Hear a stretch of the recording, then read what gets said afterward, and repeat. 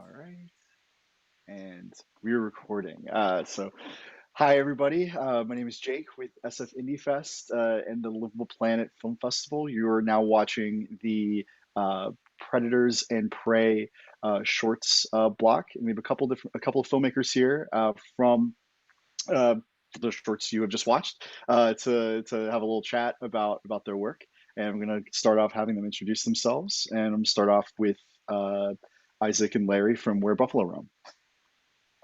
Hi, yeah, thanks for having us here. My name's Isaac Pingree. I'm a Bay Area filmmaker, and I made Where Buffalo Roam with Larry. I don't know if Larry, you want to add any more?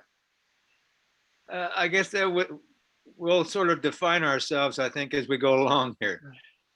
I'd be happy to add. I'm in Oakland, California, and I've been a lifelong wildlife conservationist. Awesome. And then the Tule Elk team. I'm Daniel Dietrich. I'm an independent photographer and filmmaker. I had the pleasure of working with Chance Catrano from Resource Renewal Institute on the Tule Elk film.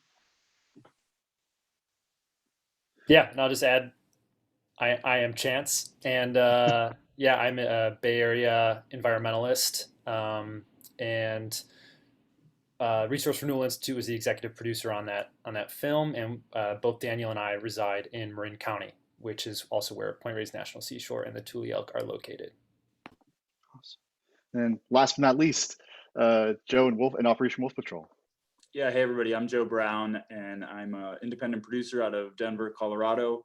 My film takes place in Wisconsin, and it is kind of a portrait of what's going on with wolf poaching and hunting in that area. It's somewhat controversial. Yeah, so that's a good place to start. So, if you're based out of Denver, what was the initial thing that turned you on to needing to tell this travel to Wisconsin to tell this story? Sure, yeah, really good question. Well, actually, at the time of producing the film, I was living in Wisconsin. So it was to some extent in my backyard, although quite a few hours north. And I was teaching at a university there, and following the wolf issue, I was kind of looking for a cut and dry film, pros and cons of wolves in the state, because I had a young child. But then I ran across an activist, Rod Coronado, who has a pretty long history in activism, and he's fairly controversial. He's been called an eco-terrorist. And I just decided to follow him and what he was doing in terms of protesting wolf poaching and wolf hunting. And that took me all around the country, really. We went to Idaho, we went to Montana, Oregon, Washington. But in Wisconsin, we ended up in legal trouble.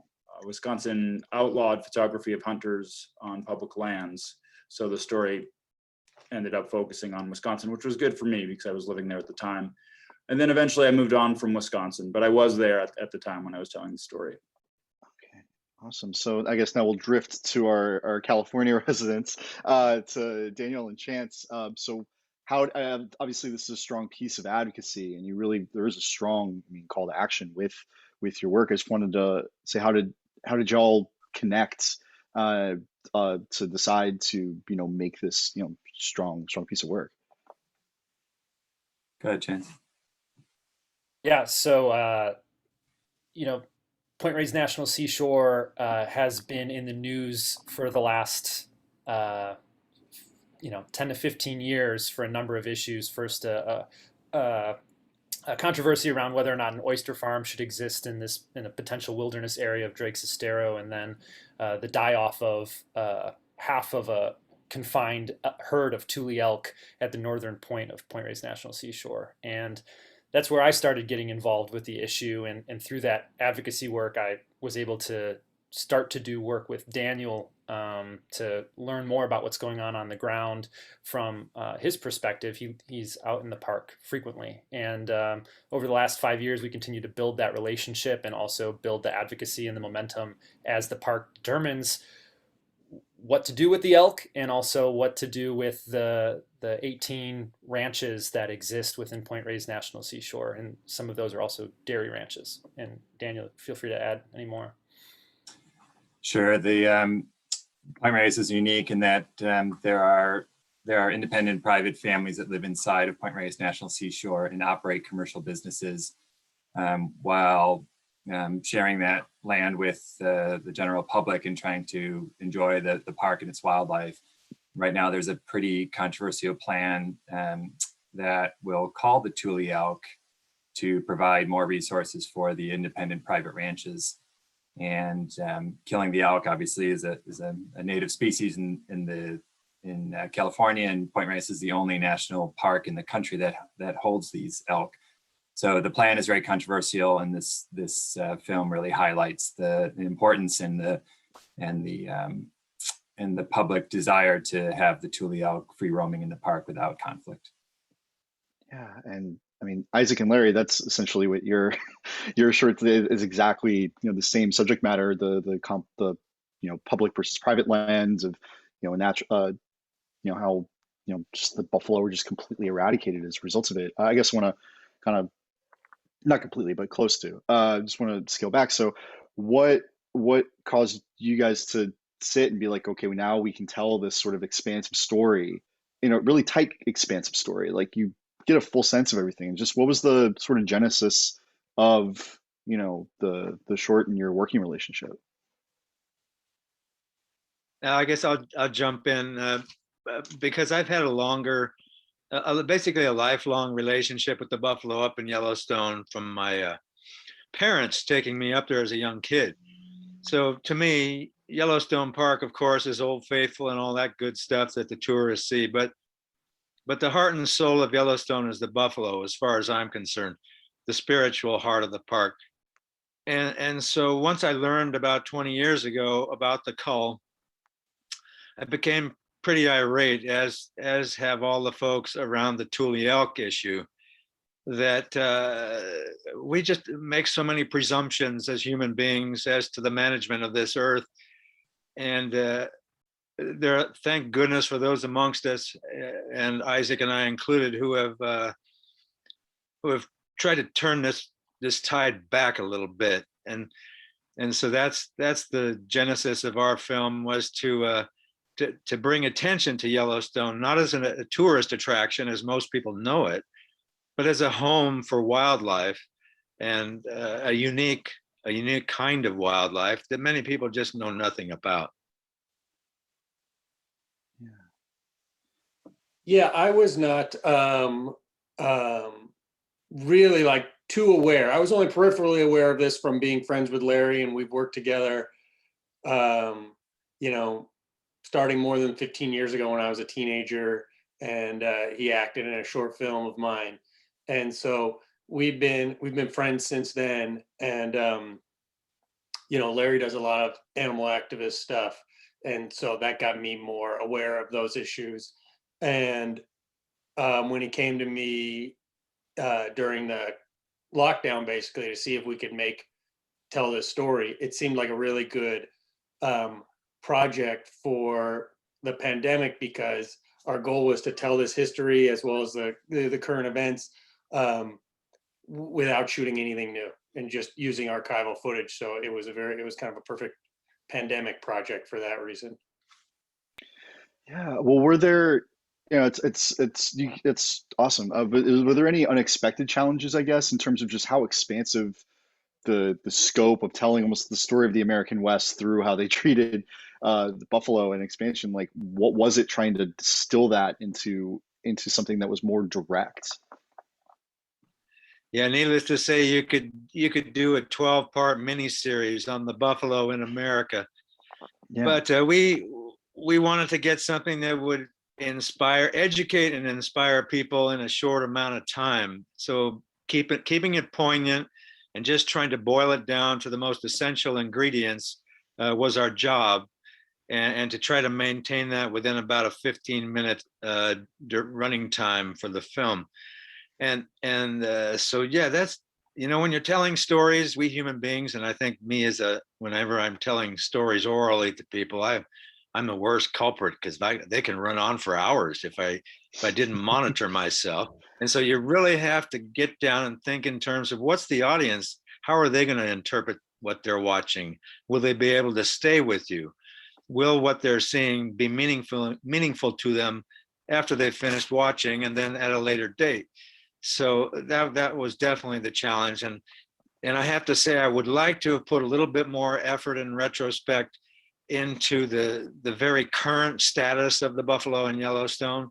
But there's room for another film there. And I hope that, like with the Tule elk, that perhaps the administratives will see the light and that public outcry will encourage them to see the light and to act favorably for wildlife and a little less favorably on behalf of humans who have selfish, greedy interests at heart. And if I could just add, yeah, one piece to that, you know, again, because we're making this thing from archival footage that's just based around this narration, it was a pretty straightforward assignment to be able to record that. And before Peter Coyote recorded it, Larry recorded it. And so we could just have that, you know, kind of, I think that's the Ken Burns method too, is just the first thing, record the narration, and you can listen to that and see where you need to cut it down and to keep it moving. How did you, so how was it reaching out to Peter to get him to do it? Was he someone that was like very known Buffalo, you know, sympathist, or how was it getting him? Well, for me, my career is as an actor, and I've done a lot of narrations along the way. And so bless Isaac for supporting me in doing a somewhat credible narration. But then it came to me that I thought I wanted to do, when I'm putting this message out, as I do with anything I do on behalf of the buffalo, put my best foot forward. And that would mean bringing in a little name recognition, and also Peter's delivery. I shopped around before I went with Peter. I thought, who else maybe, but Peter's just impeccable. And so I started searching around. He's also based here in Northern California. I started looking around for people in the film industry who I might contact. I have a friend who's a neighbor of Peter's. He's peripherally involved with another conservation group here in Northern California. I hit him from all different angles, and I got nothing but crickets in return. So then I just went the standard route by contacting his agent. And so the discussion took place rather quickly, and Peter was on board, and he utilizes a friend of his, Stephen Barncard, who's a rock and roll legend himself in music recording and engineering, who's also based here in Marin County, Northern California. And so with his help, we got Peter, and Peter just did about 2 or 3 takes, and we were off and running. Oh, wow. That's a pro's pro right there. So it's keeping it in Marin, going back to Chance and Daniel, and we're thinking about, like, you know, I guess there maybe on the production end, were there any sort of unexpected difficulties, you know, with putting this together, but also too, like, what was this process? What has the process been like during COVID? Because it really does seem like that's kind of the cover that a lot of, if there are contentious, like, public versus private, you know, use, or things that are out of plain view, that's kind of where a lot of like further difficulties of that sort of conflation of privatization of space have been coming from in the past year or so. So just wanted to ask about that. How has COVID been for the project, and also just any difficulties with the project, getting the project off the ground in general? Good, Chance. You could take that first on the production side, Daniel. Sure. Yeah, the production side definitely was a bit challenging with COVID. You know, we slimmed down quite a bit, and definitely used a bunch of pre-recorded footage, but a bunch of B-roll that we had. You know, the challenges out here, you know, of course, with any animal issues are politics as well. So we had a lot of challenges with you know, the overwhelming public, 90+% of the public wanting to support the elk, and the politics of not supporting the elk. So yeah, COVID definitely threw some challenges into some of the travel schedules for some of the people that were helping create the film, and then, you know, filming a little bit less and using a little bit more of B-roll footage. We had some challenges with some of the people that were going to be in the film as well. I don't know if, Chance, you want to talk about that at all, but but overall, it went fairly smoothly, and the team was great, and we were able to move pretty quickly and be pretty nimble, and get this out in the right amount of time for the maximum amount of visibility before this all happens. Yeah, and I think if I'll just add the point that Daniel was bringing up is my boss and mentor who actually helped to purchase swaths of the California coast and incorporate them into Point Reyes National Seashore. His name was Huey Johnson. He actually passed away, during the creation of the film. He was supposed to be interviewed for it and took a fall a week before folks flew in to help with the filming process. So I think with COVID, there were a number of folks who've been fighting this fight for decades, and it was just a challenge logistically of getting folks comfortable or finding out how do we appropriately get them to film their piece and share their perspectives. And the other thing I think that's really complicated to the point that you were raising is this is a fast moving issue. Through COVID, a lot of the planning pieces for this plan that's supposed to diversify the ranches to allow for goats and sheep and pigs and row crops out there, for slaughterhouses, for Airbnbs out there for the ranch families. All of this stuff is being developed literally while we're trying to film and figure out how do we package this to make sure that we're capturing everything, even though we're on a very quickly moving train. So that was one of the big challenges for us in getting something sharp and honing it down.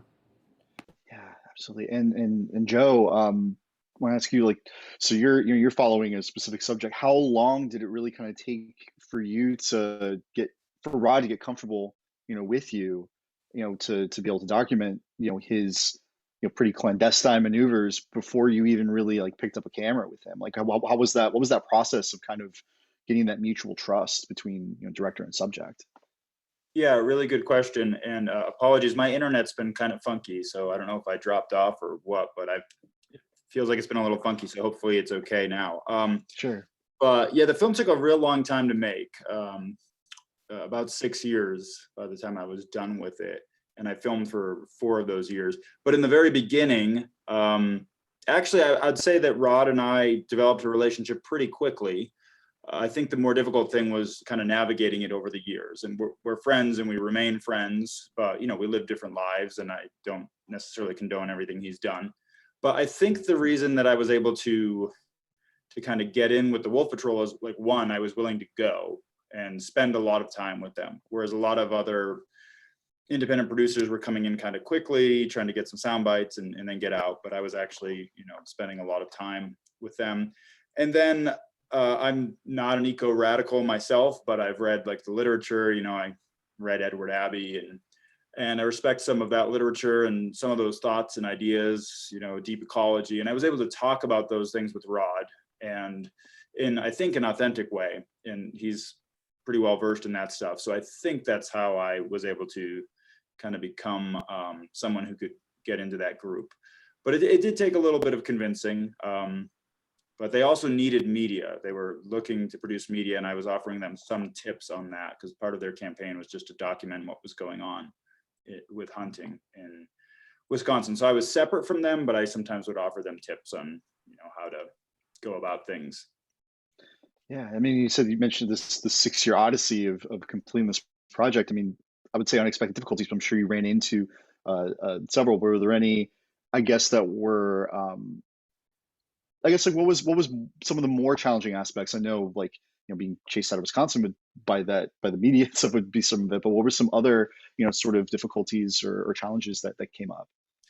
Yeah, I guess I'd say there were like 2 kinds of challenges, some related to the film and then just others related to personal life. But with the film, we were out in the middle of the woods, in an area looking for hunters that was huge. I mean, hundreds of thousands of acres, and there's a lot of poaching and illegal activity going on. It's pretty unregulated in Wisconsin. There's maybe 1 or 2 national forest park rangers, or national forest, not park rangers, for that whole area. And we didn't really know the area, and it's just like, how do you get to know where people are, how they're operating. So I mean, we would spend days upon days driving like 12 hours on these dirt roads, just looking for signs of what was going on with hunting. And it took probably the first season just to kind of get up to speed on where things were, where there were popular areas, where there were violations. So that was really hard. And then of course, shooting outside and camping and like keeping batteries charged and such was really difficult. Otherwise, I would say, you know, anybody who works on films probably knows that, you know, it can be a burden on the rest of your life. Like it costs money, it takes time, you're trying to manage maybe a job and a family. And, you know, it's just hard, right? It's like, Yeah. it seems like glamorous, I think, to some people, like, oh, wow, making films. And I love making films and you get a lot out of it and it can be fun, but, you know, it's a lot of work and it's, people want you to go out for beers and you're like, I should edit at home on myself, you know? Yeah. And that's, you know, that's the tough part of it. So. A feeling all of us can relate to for sure. But I guess I have a broader question. I mean, especially since, you know, everybody here is tied to a certain level of advocacy and with different degrees of the park system. I'm really curious, I'm sure viewers are too. Have you noticed, and anybody that feels they want to answer this first, like raise your hand or whatever works best, but how do you think that the sort of incoming administration or any sort of gestures towards, you know, like the Department of Interior, or do you feel like there is positive momentum in this in, you know, the pieces that you're advocating for? Like, do you think there is, obviously there's things on a state level and a federal level, but do you feel like they're moving in a slightly better direction than maybe the last 4-8 years? Yeah, go ahead, Chance. Yeah, this is something that we talk about frequently on this particular project. But what I will say, while we remain hopeful about the new administration for all the particulars of, you know, protection of wildlife and whatnot, I think one of the biggest nods coming out of this administration is how much more intersectional the work is becoming around protection of public lands and inclusivity and diversity in public lands, and who has access and on what grounds. And that relates to Native peoples, the indigenous communities, but also it relates to people who have historically had a lot of access, whether they're companies or whether they're you know, people who've settled and have had a lot of control over a lot of our resources, even though they're owned by all of us. And I think that discussion, that wider discussion, it creates a political power base for a more diverse you know, cohort of people to start to weigh in on these issues. And that's something that I'm really looking forward to with this new administration. That's great. It's very, very well said. Does anybody have anything to add to that? If not, no worries. Go for it, Larry. Yeah. As far as the buffalo go, the history of buffalo in the United States, as we know to varying degrees, is long and complicated. And to this day, that the early perceptions of the first pioneers that came from the East Coast, the descendants of the early colonists as they moved their way west, they all looked at the buffalo as some sort of prehistoric, dirty, they were just uncivilized. They were a destructive being that got in the way of the progress of the human race. And so it was easy to justify killing them, and then ultimately killing them in the millions. And so in remote parts of this country, we see points of view perpetuate from generation to generation. So that's what's taking place up in the northern tier states, including up in, I lived also in Wisconsin a number of years, and so I know the hunting culture up there, not unlike the hunting culture in Montana. But also regarding Yellowstone and the buffalo, is that from the very beginning of the intrusion of the pioneers, farming and ranching was a big deal, and that's the same thing taking out on Point Reyes as well. And so these people get a foothold in the political system that manages these animals that we care about, and you can't get them out. And it doesn't, administrations at the federal level come and they go, promises are made and waves of optimism come. But at the end, and as you take the barometer readings along the way, very little changes, at least to suit myself and other conservationists. Because again, in a place like Montana, which is the dominant state around Yellowstone, it's been an uphill battle basically since the park was created in 1872, and it only has become more entrenched today as varying interests, as these cities around Yellowstone grow. There's more and more interest on what to do with the land. What do we want to develop? Put in more houses?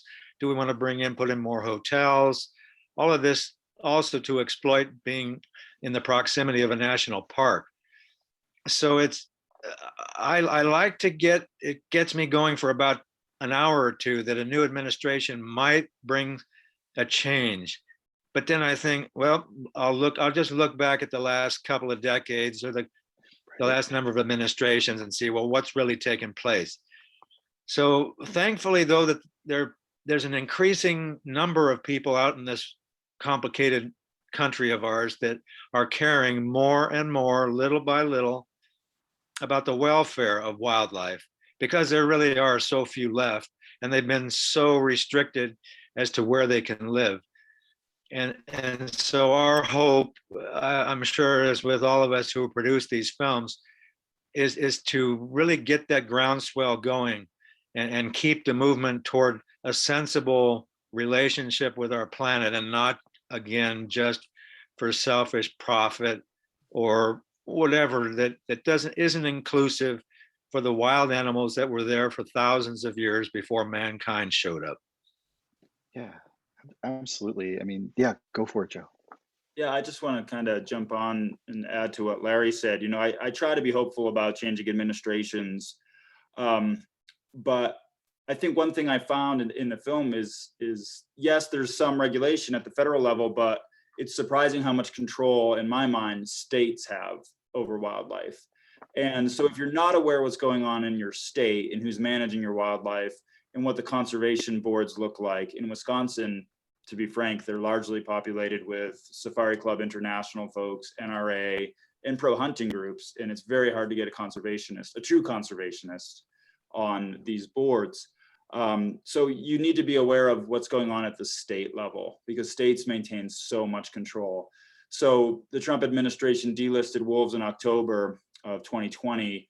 And in Wisconsin, it's in state statute that there must be a hunt if they are not endangered. So the assumption was it would happen in the fall of 2021. They rushed a wolf hunt through in about a week or two due to some pro hunting groups, and they killed 216 wolves in about 3 days, which was maybe 20% of the population without consulting science, according to some folks. So really pay attention to what your states are doing. And as Larry said too, think about the ways that people relate to wildlife. It's surprising how many people are still caught up with wolves with, like, you know, Little Red Riding Hood and the Big Bad Wolf. I mean, these are children's stories, right? So unfortunately, you know, I want to be optimistic about this, but I remember a quote from Rod, which was, you know, things never really end well for wild animals, right? You know, and we talked about how the hunt restarted in Wisconsin, and he said, well, you know, I mean, we knew this would come back again someday. There's a pendulum. Maybe we can make little movements, but it's a long-term fight. Yeah, absolutely. Well, oof. Does anybody have any other final words or anything they'd like to add? I mean, I felt like there was some good summation, but Daniel, do you have something you want to say? Yeah, it's really interesting too, because so much of the press, you know, for these conservation issues circles around predators, right? Coyote killing contests and the wolves and you know, these animals with teeth that are you know, eating up humans as they're going to walking their dogs. But it's amazing how it just really seems that no animal is safe. We're talking about bison and elk who eat grass, and the controversy over how grass can rule politics is really quite amazing. So all this effort that we put towards the animals should be all inclusive. It's not just wolves and coyotes and foxes and the predators. It's across the board for all species. Absolutely. With the public land, public space, wildlife, like this is all, I don't know. I think people think, yeah, it's all theoretic people unless it happens like to them directly. And I don't know. It's crazy. Well, want to thank all of you so much for your time and for this terrific conversation. So before we go, I just want to ask, like, what's next for everybody? Where are you all currently working on now? I guess we're kind of reverse snake order. So Joe, I mean, you're with this Wolf Patrol's been with you for so long. Do you have anything else in the pipeline? Do you have any further just furthering this work too? Like what's next? Yeah, thanks for the question. So right now I am concentrating on getting this film out, and it's playing at a number of festivals. So I'm pretty excited about that. I'm working with some distributors, but I'm also producing some shorts, and I teach now at the University of Denver. So I'm working on building, I'm hoping here, some kind of environmental filmmaking center, and I'm hoping to engage college students in environmental media. That's kind of my next big project. We're working on a short film about sandhill cranes and lots of shorts right now. After the feature, I'm like, let me do some shorts. Still environmental media. Awesome. And then Chance and Daniel, how about you? How about you guys? Yeah. So literally 2 weeks ago, the National Park Service announced that that same herd of Tule elk that had lost half of its population behind that fence because of conflicts with ranchers in the park, another 152 have died due to issues compounded by the drought that we're experiencing here in Northern California. And so, in the midst of that, there are state reviews of this final plan that the Park Service has put forward. The Park Service plans to come to some sort of conclusion about what the future of ranching in this national park and dairying in this national park will be by at least July 14th of this year. And so right now it's movement building, it's activism, it's getting new information on the website restorepointraised.org, and continuing to sort of beat the drum and get more folks interested in this issue. Yeah, there's lots to do still. This issue isn't going away anytime soon, so that there'll be quite a focus on this for many months to come. Another film that I had participated in, killing contests. Many people know, or a lot of people don't know, most states in the country have these killing contests on public land where we just go out and kill as many coyotes and foxes and predators as possible for prizes and weigh-ins, where we're just wasting our natural resources for blood sports. That film was just released, actually, called Killing Contests, and can be seen on projectcoyote.org's website. There's a big movement, and that's picking up some really great momentum in educating people on what's happening on our public lands. And then, I'm working on a couple of other wildlife documentaries as we're moving forward here as well. So it's an exciting time, despite some of the challenges of the topics that we're covering. That's great. And Larry and Isaac, how about you guys? Yeah, I think just as an independent filmmaker, a freelancer, you always have to have a lot of irons in the fire. Don't know exactly what's gonna work out. So I've got various kind of projects in various stages, but one that seems relevant for this talk is Larry and I. We've gotten some positive feedback on this, and we're in just the very earliest stages of talking about and developing will be another kind of short advocacy film in support of TEAP-SPA, which is the Traveling Exotic Animal and Public Safety Protection Act. And this would be, we're hoping that comes through. We're talking with people who work in elephant advocacy, and hoping that we have another one of these that will help end circuses in this country and small traveling zoos that don't treat the animals well. Good. I hate circuses. They're the worst. Good on you. That's why no, we like you so much. well, gentlemen, thank you so much. Thank you so much for your time and for this discussion. And thank you to you, the viewers, for watching this. As for the Predators and Prey program, we have a bunch of other shorts programs throughout the rest of the festival. So please explore and open your heart and open your mind to all this stuff. So thank you again so much. And I hope you all have a great rest of your day. Thank you. Thanks. Thanks for having us. Thanks. Our pleasure.